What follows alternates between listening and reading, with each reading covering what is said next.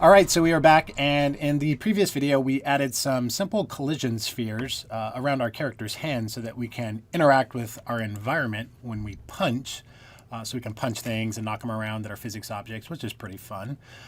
In this video is a little bit of an extra credit project. We've kind of already worked with animation Notifies, but I wanted to work with them again to kind of show you how you can create a particle effect while the character is running around to kick up some dust. You could also use this as a way to cue sound effects for like footsteps when the character is walking, etc.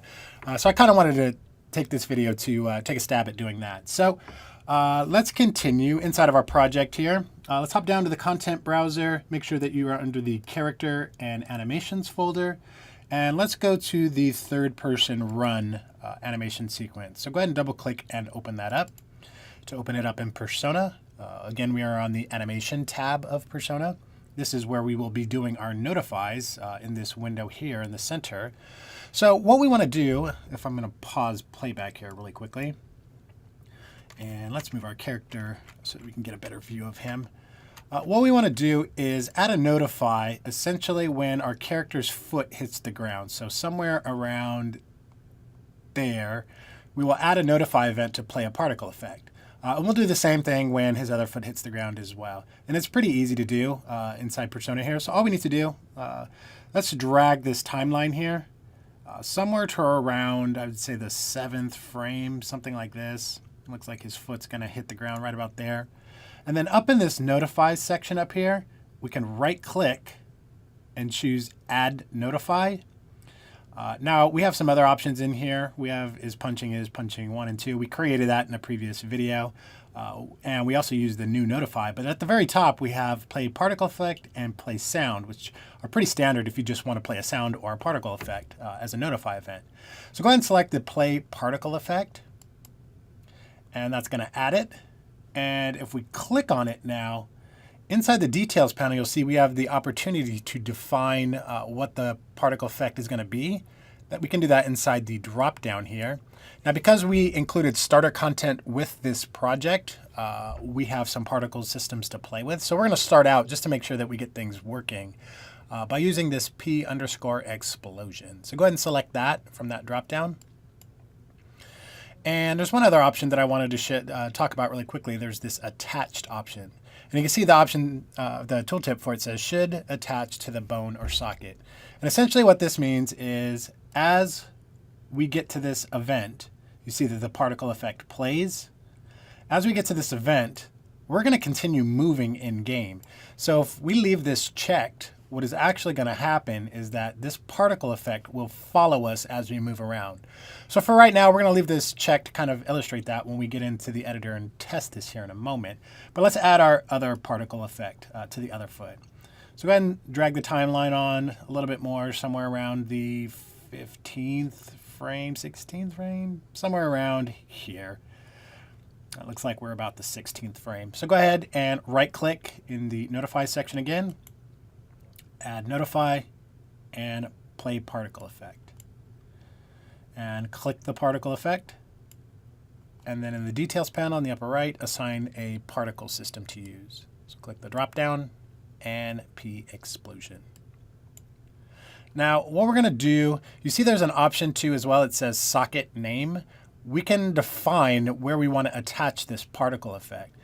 And the socket name that we can reference a bone name too, as it says here. We can use our skeleton tree to get the name of the bone that we want to attach it to. So for our example, we want to attach it to the foot. So let's scroll down a little bit and let's find our feet inside of our skeleton tree here. Although it should be down near the bottom. There we go. So we have foot L, which is our left foot, and we have ball L. So if we look at foot L and go into the viewport here, kind of up at the ankle is where that is. But if we pick ball L, you can see it's at the kind of around the toes. I think that's a better place to attach it rather than at the ankle. So we're going to use ball L and ball R for our two sockets. So let's click on the first particle effect here. This should be our right foot, right? Yeah. So let's go ahead and use the ball_R for our bone name here. So we're just going to type in ball not caps, ball. And you can see it actually populates for you with relevant names from our skeleton. So go ahead and select ball underscore L, which it didn't work for some reason. That might be a new feature that hasn't been fully implemented yet. Hopefully by the time you're watching this, that has been addressed and you can select it from here. Didn't seem to catch. Let's try it again on the other particle effect. So let's select the other particle effect and we'll use ball underscore. Actually, this should be R. I'm glad I caught that. That should be R, not L for this one. So ball underscore R.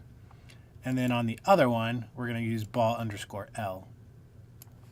So let's try that again. Ball underscore L. I guess you have to make sure that it's highlighted. Yeah, you have to make sure that it's highlighted. So that is user error, not engine error there. So we have attached it to the socket. Technically, this will work for us right now. So we can actually save up here in the upper left and test it out. So let's hop back to the level editor here and let's play in the editor. Now, as we're running around, you should see, boom, we are running around and exploding feet. That looks pretty cool. And notice that they are attached to us. So let's try that again without attaching them to see what kind of effect we get. So let's hit escape and go back to our skeleton up here. And let's select the first particle effect there and uncheck attached. And do the same thing for the other particle effect as well. So there we go. And let's save again. And let's play and see what that looks like now. So now as we run around, it's still kind of attached to our feet a little bit, but you can see that the smoke follows us. We'll be able to demonstrate this a little bit better when we create our own particle system here really quickly. But you can see that there's a trail of smoke following now that we leave behind, which is cool. So with that, let's actually create our own particle system here. Now, a bit of a warning, I'm not going to go too in-depth into Cascade, which is the particle system editor inside Unreal Engine 4, because there's a lot involved in that. But I did want to create a particle system really quickly so that we can have a little bit better of an effect. If you'd like to learn about particle systems, you can go to our documentation under Unreal Engine or docs.unrealengine.com. It will take you to the main documentation page.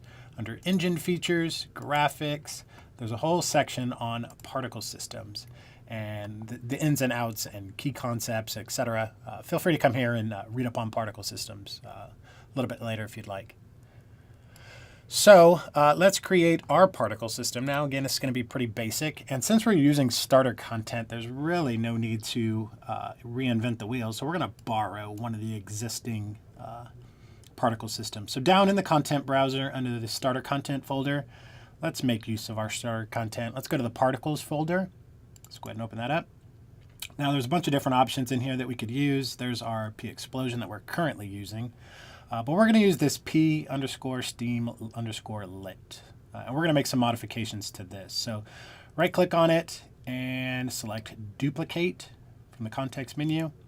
Let's give this a new name. We're going to call this P underscore dust, like so. And then go ahead and double click to open it up. Mine kind of popped off screen here, so I'm just going to bring that in so that we can see it. And I'm also going to maximize it because we're going to be inside here for a moment. So we are inside Cascade now, which is the particle editor inside Unreal Engine 4. And there's all kinds of different things in here that we could be talking about, but we're going to save that for another video series. We're kind of going to take this as a do as I'm doing type of learning session here. So let's continue. Let's make our basic particle system here. First thing we're going to do is make sure that we have nothing selected. Currently, this is where all of the emitters will be for our particle system. We only have the one, but we're going to make sure nothing is selected. So we're going to click off into this empty space here because we want to hop down to the details panel. We want to make a couple quick changes. So first of all, we have this warm-up time, the time for the particle system to warm up, as the name suggests here. It's currently set to 7. We're going to zero this out, actually. We want to make this 0 because we want 0 warm-up time. So go ahead and zero that out, hit enter. And the other changes that we want to make, we're going to hop up to the emitter itself and click the spawn module so that we make changes to how it spawns. First thing we're going to go to is our rate and distribution. Now yours may not have been expanded. Go ahead and expand that this rate option and distribution. And then for constant, it's currently set to 2. Let's zero this out as well, like so. And then we also want to uncheck process spawn rate. Now our particle system is going to disappear in our viewport here, but we're going to make some changes to our burst because we want this particle effect to burst instead of just spawning in. So go ahead and click the plus sign next to the burst list option here. That's going to add an element for us and give us some settings to adjust. Currently the count is set to 0. We want to change this to something like, I don't know, let's say 10. So 10 particles, just spawn in 10 particles like so. I think that's good. And then also we want to, let's see, let's scroll down, scroll up. I think we're done in here for the moment. I don't think we need to make any other changes in here. Let's actually go to the required module. So go ahead and click the required module. Here we go. First thing we're going to check is kill on completed. We want to destroy this emitter when it's done. So go ahead and check the kill on completed checkbox there. It'll continue spawning in here over and over again. This is just because this is the preview window. So that's why we're seeing that. And then also under the duration section, I think emitter duration is fine for 1 second. But let's scroll down a little bit and let's go to emitter loops. Let's go ahead and just change this to 1. It's currently set to 0. So it'll give us 1 puff of smoke and that's it. Let's hop up to our lifetime module now. So let's go over to the lifetime section here. So go ahead and click that. And let's expand lifetime and expand distribution. And the min-max is currently set to 5 and 7. That's pretty high. Let's go to about, I don't know, 3 and 5. That's still kind of long. So let's actually bump that down a little bit more. Let's try 1 and 2. So it kind of just pops in and then pops out. So it's really short. That looks like a little bit of a cloud of smoke, but it's pretty big. We don't want that big of a dust effect. So, and also we want to change the color of it because it's currently kind of white. So let's change that. Let's go to our color over life section here, our color over life module. So go ahead and click that. We're going to expand the color over life, color distribution. The constants are currently set to 1, 1, and 1. Let's change these up. Let's change the green to say 0.7. So now it's purple. Let's change the blue to, I don't know, 0.5. There we go. It's looking a little bit more like dirty, I guess is the word I want to use here. Dusty. There we go. Let's hop down to the alpha over life so we can change some of the settings here as well. Actually, to change this, let's click the let's go over to the color over life module. Let's click this little curvy line over here. Go ahead and click this.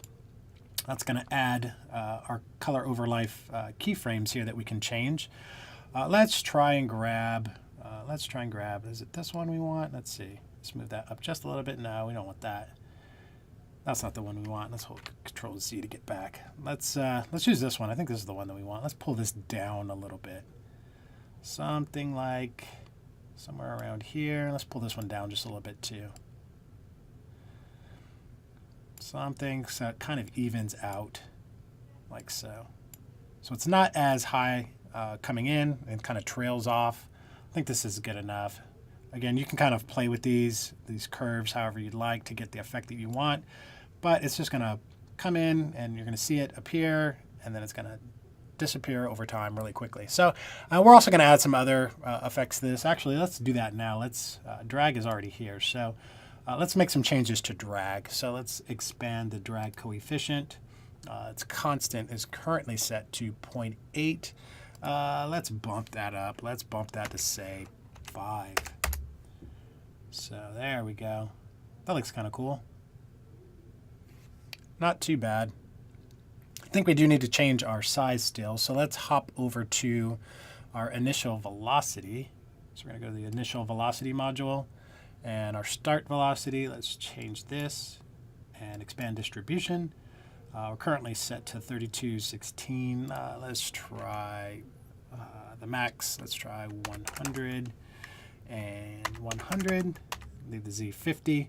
We're currently kind of expanding upwards we want to go more outward. So we're going to make some changes here to do that. Let's change the min as well. That's why we're leaving the z at 50.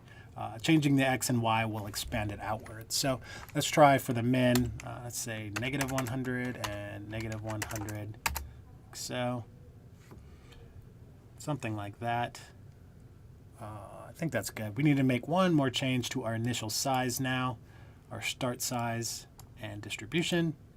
And same with the max settings here. Let's change these. Let's try for the max 75.